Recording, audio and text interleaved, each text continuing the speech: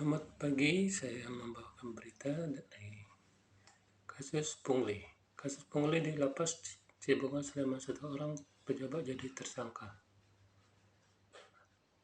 Polresta Sleman menetapkan seorang tersangka dalam kasus dugaan pungli di Lapas Kelas 2B Sleman atau Lapas Cibungan. Hari Kamis tanggal 18 Juli 2024 telah dilakukan gelar perkara penetapan tersangka terkait kasus tersebut. Adapun hasil dari gelar perkara menetapkan MRP sebagai tersangka, kata Kasat Reskrim Polresta Sleman AKP Rizky Adrian dikonfirmasi Selasa 22/7. Dijelaskan Adrian, MRP berstatus ASN saat peristiwa terjadi. MRP bertugas di bagian pengawasan dan pelatihan kepada narapidana. Tersangka punya peranan lah di dalam kegiatan pengawasan. Kayak pelatihan di situ, intinya peran jabatan di situ sangat penting, kata Adrian. Dari hasil gelar perkara diketahui pungli sudah terjadi 1 tahun atau dari 2022 sampai 2023. Sementara modus punglinya seperti apa, ada yang belum menyampaikan. Mungkin itu sudah dalam konteks penyidikan, itu nggak bisa kita sampaikan bebernya. Belum ditahan. MRP saat ini masih belum ditahan. Penetapan tersangka dilakukan baru beberapa hari ini. Tahapan selanjutnya setelah pendaftaran tersangka ini adalah melayangkan panggilan ke yang bersangkutan. Prosesnya penetapan tersangka secara administrasi. Habis itu kita panggil, dia datang baru kita melakukan pemeriksaan. Dia sebagai tersangka baru kita gelarkan apakah kita tahan apa enggak bebernya. 25 orang tersangka diperiksa. Soal kemungkinan tersangka lainnya, Adrian mengatakan kemungkinan itu ada. Kemarin kita sudah melakukan pemeriksaan sekitar 25 orang itu menuju ke CM ini. Kemarin kita sudah melakukan pemeriksaan sekitar 25 orang. Namun setelah kita lakukan pemeriksaan kemarin, Kemenkumham langsung kita jumpa yang bersangkutan. Yang bersangkutan tidak mengakui semua perbuatannya, yang mudah-mudahan setelah dilakukan pemeriksaan mengakui. Siapa-siapa saja pelaku lain yang terlibat dalam kasus ini, jelasnya. Diberitakan sebelumnya, Kadis Pemasyarakatan Kanwil Kemenkumham DIY Agung Aribawa menyebut petugas yang terlibat berinisial M.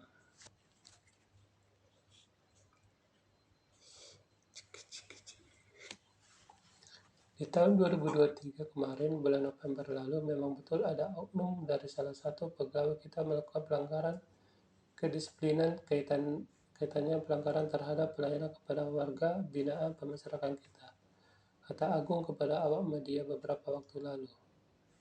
Saat kasus ini bergulir, M merupakan Kepala Pengawasan Lapas atau KPLP. Modus pungli ini adalah meminta jumlah uang ke warga binaan untuk dapat kamar di lapas. M kini dicopot jabatannya dan dinonaktifkan. Dia telah dipindah ke kantor wilayah untuk menjalani proses pembinaan dan menunggu sanksi. Tanya M, turut ditemukan juga dugaan 8 orang warga binaan terlibat aksi pungli ini.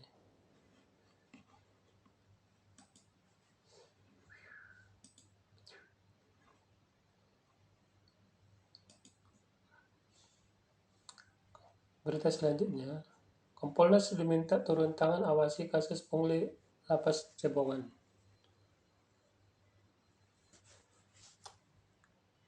Komisi Kepolisian Nasional atau Kompolnas diminta turun tangan mengawasi kasus dugaan pungutan liar di Lapas Kelas 2B Sleman atau Lapas Cibungan.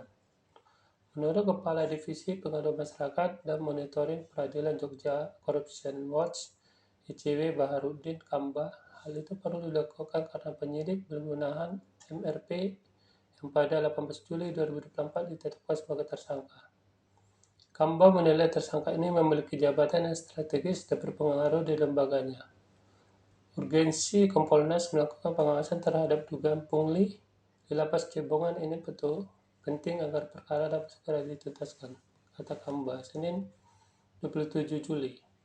Ia tak ingin kasus dugaan pungli tersebut diintervensi dari pihak manapun.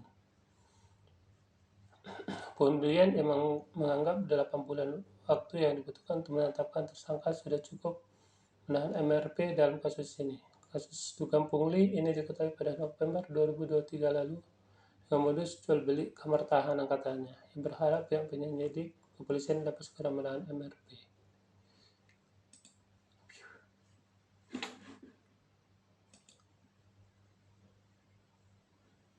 Berita selanjutnya,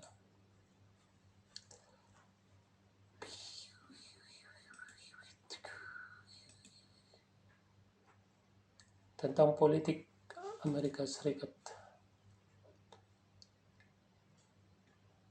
Profil Kamala Harris, Wapres yang kini maju Wapres Amerika Serikat 2024. Kamala Harris yang menjabat sebagai Wakil Presiden Amerika Serikat kini siap maju sebagai Capres di Pilpres Amerika Serikat 2024 dari Partai Demokrat. Pemilik nama lengkap Kamala Devi Harris yang berusia 59 tahun ini juga siap mengalahkan Donald Trump pada pemilu AS 2024 mendatang.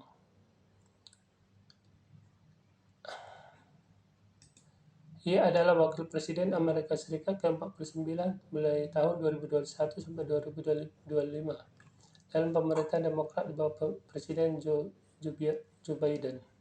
Kamala adalah wanita pertama, orang Afrika Amerika pertama, dan orang Amerika keturunan Asia pertama yang memegang jabatan tersebut.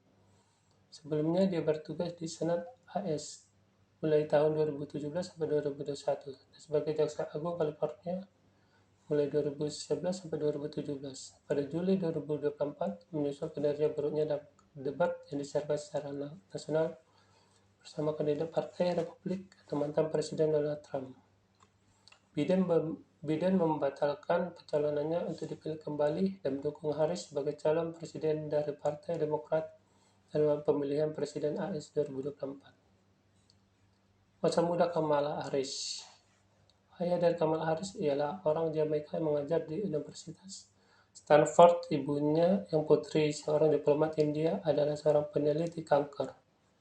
Sedangkan adik perempuan Kamala Harris yaitu Maya kemudian menjabat advokat kebijakan publik.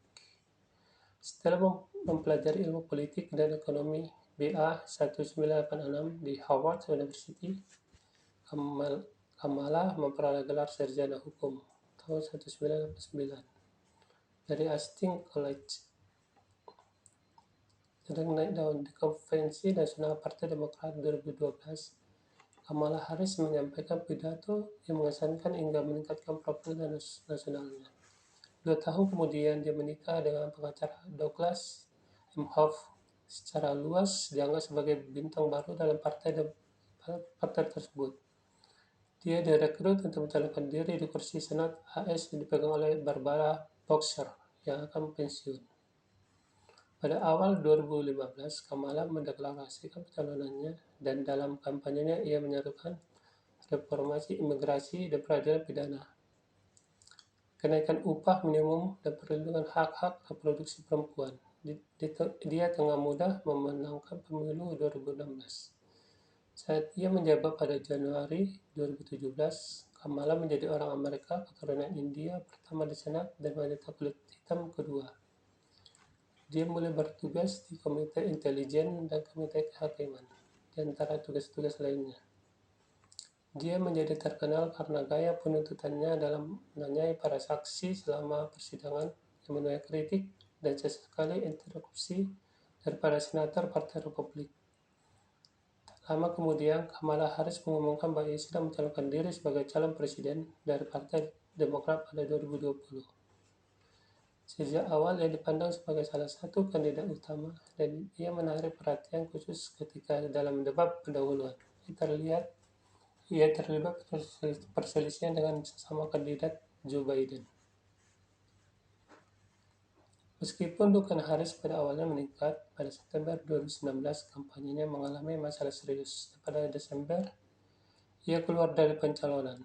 Pada Agustus, Biden memilih Harris dan dia menjadi perempuan kulit hitam pertama yang tampil dalam tiket nasional sebuah partai besar. Pada bulan November, ia menjadi perempuan kulit hitam pertama yang terpilih sebagai wakil presiden Amerika Serikat.